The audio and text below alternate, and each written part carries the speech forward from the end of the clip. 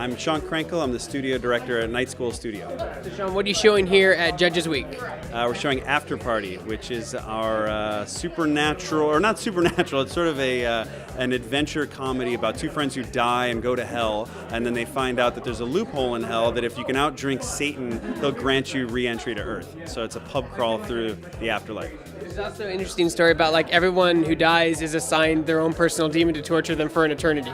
Exactly, yes. So at the very beginning of the game, you actually answer a bunch of weird, obscure questions that are kind of like a personality test for the two lead characters, and then they get assigned this personal demon named Sister Mary Wormhorn, and she's sort of there to torture you and throw back your decisions in your face and kind of like show up at unexpected moments. She's sort of like Death in the second Bill and Ted movie. When I played the build at GDC, we talked about the gameplay elements and how it's similar to Monkey Island and point-click adventures, but rather than managing inventory, you're managing dialogue. Yeah, so we look at dialogue essentially as like an ability for the player, and we want it not to feel like there's a right or a wrong choice, but more again like they can tailor it however they want. And so in this game, we let you in any bar order a variety of drinks, and those drinks change your dialogue choices. So if you want to choose to talk like a pirate, or be more aggressive, or be flirty, or vomit your conscience up and have awful dialogue choices, then you can do that. And it's really up to the player how they approach each bar. How does that work in terms of gameplay design? Because you also have a narrative you're trying to tell at the same time, making mechanics and having a game to play instead of just watch.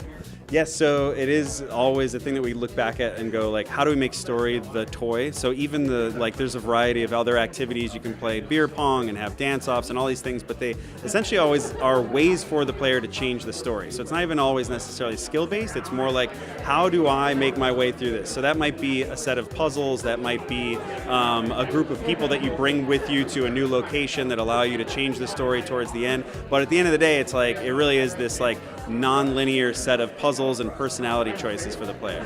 The game industry is always evolving. What did you guys learn after you did Oxenfree that you've applied and improved upon in this game? A few things, and then we made a few new mistakes too, but I think one of the biggest things we learned in Oxenfree was like people connecting with our lead character and making it feel like she was an extension of them. And so in this game, we thought it would be a really cool sort of challenge for ourselves to go, I want to play a buddy comedy film, and I want to be two characters. I don't want to just be Bill or Ted, or I don't want to be one of the characters in a Seth Rogen movie. I want to be this pair. And so what we did was really like build a story around that and then pull that apart as you play through the game. Another thing I think we learned was finding new ways to change the story. So in Oxenfree, it was mostly based on dialogue, but here it's based on action, based on where you are and when you're there. So everybody's playthrough we want to feel more different than it did in Oxenfree. So when does your game come out? Later this year. We don't know exactly yet, but 2019 for sure, in a matter of months. We're putting the finishing touches on it now. And what platforms are you aiming for at launch? Xbox, PS4, and PC. This game seems like it'd be pretty good on Nintendo Switch. We concur, and it is coming to Switch. We just don't know exactly when right after. But yeah, we are bringing it to all three consoles.